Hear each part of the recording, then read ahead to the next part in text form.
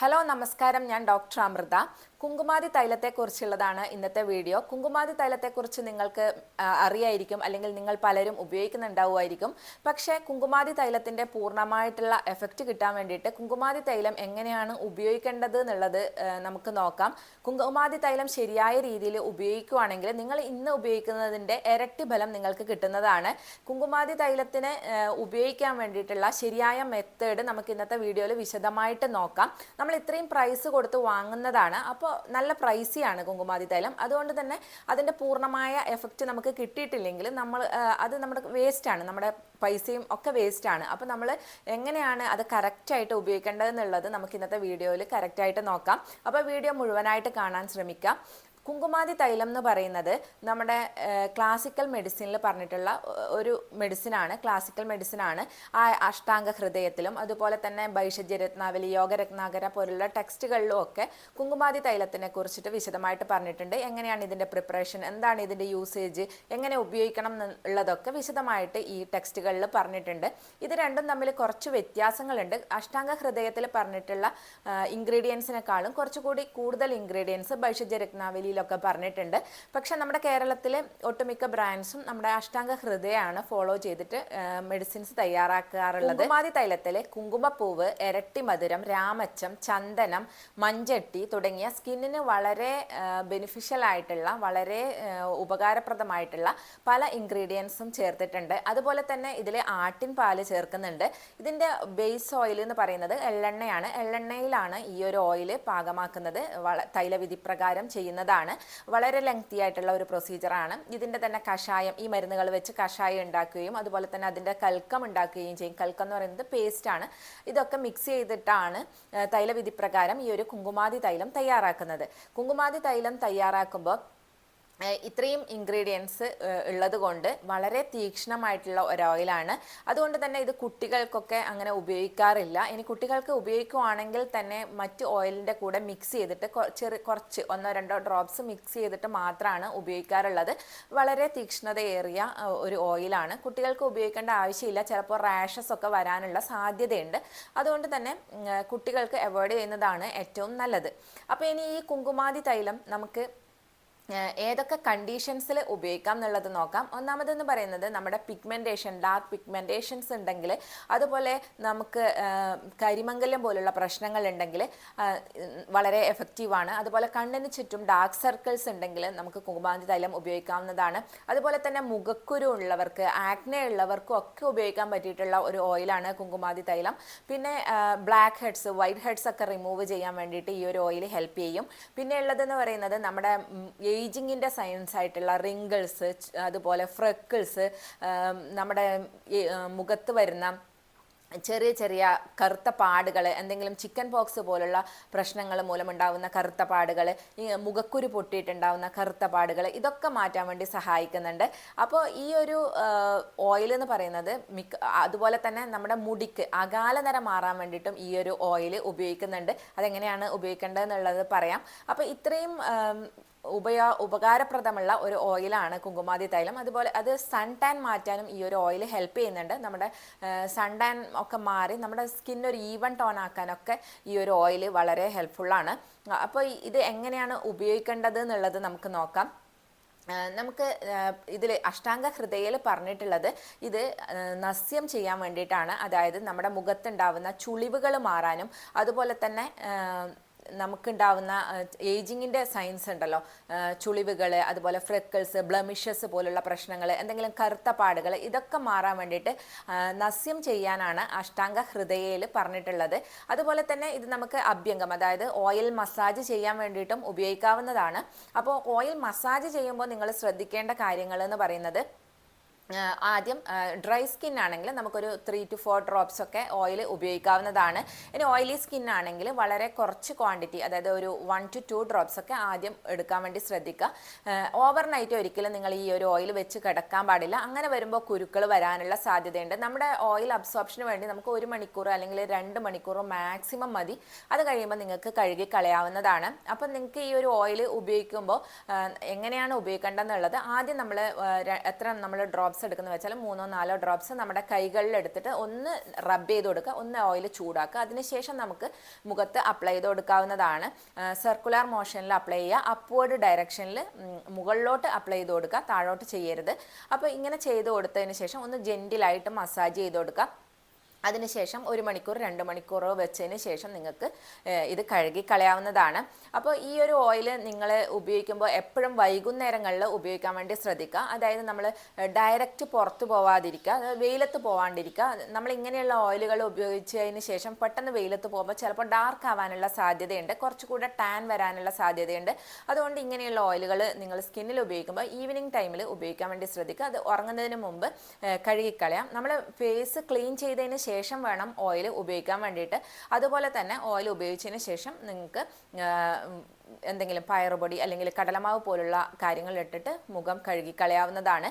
ഇനി ഓയിലി സ്കിന്നാണെങ്കിൽ നിങ്ങൾ ഇളം ചൂടുവെള്ളത്തിൽ മുഖം കഴുകിക്കളയാൻ വേണ്ടിയിട്ട് ശ്രദ്ധിക്കാം. അപ്പോൾ ഇത്രയും കാര്യങ്ങളാണ് ശ്രദ്ധിക്കേണ്ടത്. രാത്രി ഉപയോഗിക്കാണ്ടിരിക്കാൻ ശ്രദ്ധിക്കുക. അങ്ങനെ ആകുമ്പോഴാണ് മുഖക്കുരു വരാനുള്ള സാധ്യതയുള്ളത്. ഇനി വളരെ സെൻസിറ്റീവ് സ്കിന്നുള്ളവരാണെങ്കിൽ നിങ്ങൾ ഇതൊരു പാച്ച് ടെസ്റ്റ് ചെയ്തതിന് ശേഷം ഉപയോഗിക്കാൻ നോക്കുക. ചിലപ്പോൾ സ്കിൻ ഇറിറ്റേഷൻസ്, ഞാൻ നേരത്തെ പറഞ്ഞ പോലെ ഇത് വളരെ തീക്ഷ്ണതയുള്ള ഓയിൽ ആയതുകൊണ്ട് സ്കിൻ ഇറിറ്റേഷൻസ് വരാനുള്ള സാധ്യതയുണ്ട്. അപ്പോൾ അതുകൊണ്ട് തന്നെ നിങ്ങൾ ഈ ഒരു കാര്യം ശ്രദ്ധിക്കേണ്ടതാണ്. ഒന്ന് പാച്ച് ടെസ്റ്റ് ചെയ്തതിന് ശേഷം നിങ്ങൾ ഈ ഒരു ഓയിൽ ഉപയോഗിക്കാൻ ശ്രദ്ധിക്കാം. ഇനി ഇങ്ങനെ നമ്മൾ ഈ പുറത്ത് അപ്ലൈ ചെയ്ത് ചെയ്യുക മാത്രമല്ല, ഇനി നമുക്കിത് നസ്യമായിട്ട് എങ്ങനെ ഉപയോഗിക്കാൻ നോക്കാം. നിങ്ങൾ ഈ 2 രീതിയിലും ഉപയോഗിക്കുന്നതാണ് എപ്പോഴും നല്ലത്. അങ്ങനെ ആകുമ്പോൾ നിങ്ങളിപ്പോൾ പുറമേ അപ്ലൈ ചെയ്യുന്നതിൻ്റെ ഇരട്ടി ഗുണം നിങ്ങൾക്ക് കിട്ടുന്നതാണ്. അപ്പോൾ നസ്യമായിട്ട് ഉപയോഗിക്കേണ്ടത് എങ്ങനെയുള്ള കണ്ടീഷൻസിലാണെന്ന് വെച്ചാൽ, നമുക്കിതുപോലെ ബ്ലമിഷസ്, കറുത്ത പാടുകൾ ഉണ്ടെങ്കിൽ, പിഗ്മെൻറ്റേഷൻ ഉണ്ടെങ്കിൽ, കരിമംഗല്യം ഉണ്ടെങ്കിൽ, അതുപോലെ തന്നെ നമ്മുടെ ചുളിവുകളൊക്കെ, സ്കിന്നിന് ചുളിവുകളൊക്കെ വരാതിരിക്കാനും, ചുളിവുകൾ, റിങ്കിൾസ്, ബ്ലമിഷസ്, നമ്മുടെ ഏജിങ്ങിൻ്റെ സൈൻസൊക്കെ മാറാനും ഒക്കെ നമുക്കിത് നസ്യമായിട്ട് ഉപയോഗിക്കാം. അതുപോലെ അകാല നര വരാതിരിക്കാനും, അകാല നര ഉണ്ടെങ്കിൽ അത് മാറാനും ഒക്കെ വേണ്ടിയിട്ട് നമുക്ക് ഈ ഒരു കുങ്കുമാതി തൈലം നസ്യമായിട്ട് ഉപയോഗിക്കാം. അപ്പോൾ ഈ 2 രീതിയിലും നിങ്ങൾ ഉപയോഗിക്കുന്നതായിരിക്കും നിങ്ങൾക്ക് കൂടുതൽ എഫക്റ്റ് കിട്ടുക. നിങ്ങൾക്ക് മസാജ് ചെയ്യാനും ഉപയോഗിക്കാം, അതുപോലെ നസ്യമായിട്ടും ഉപയോഗിക്കാം. ഇനി നസ്യം ചെയ്യേണ്ടത് എങ്ങനെയാണെന്ന് നോക്കാം. നസ്യം, നമ്മുടെ പ്രോപ്പറായിട്ടുള്ള നസ്യം ചെയ്യാൻ വേണ്ടിയിട്ട് നമുക്ക് ഒരു ഡോക്ടർ അണ്ടറിലാണ് ചെയ്യേണ്ടത്. അതല്ലാതെ നമുക്ക് പ്രതിമർശ നസ്യം എന്ന് പറയുന്നത് നമുക്ക് വീടുകളിൽ നമുക്ക് ഡെയിലി ചെയ്യാൻ പറ്റുന്ന, നമ്മുടെ ദിനചര്യയുടെ ഭാഗമായിട്ട് ചെയ്യാൻ പറ്റുന്ന നസ്യമാണ് പ്രതിമർശ നസ്യം. അതായത് നമ്മൾ മറ്റു പ്രൊസീജിയർ ഒന്നും ചെയ്യില്ല, നമ്മൾ ഡയറക്റ്റ് മൂക്കിലേക്ക് മരുന്ന് ഒഴിച്ചു കൊടുക്കുകയാണ് ചെയ്യുക.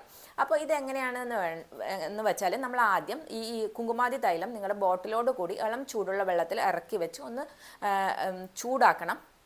അതിനുശേഷം നിങ്ങൾ മലർന്ന് കിടന്നിട്ട് നമ്മുടെ കഴുത്തിന് ഒരു പില്ലോ വെച്ച് കൊടുക്കുക. തല ഒന്ന് കുനിച്ച് വെക്കുക, അതായത് ബാക്കോട്ട് ഇങ്ങനെ പൊക്കി വെക്കുക.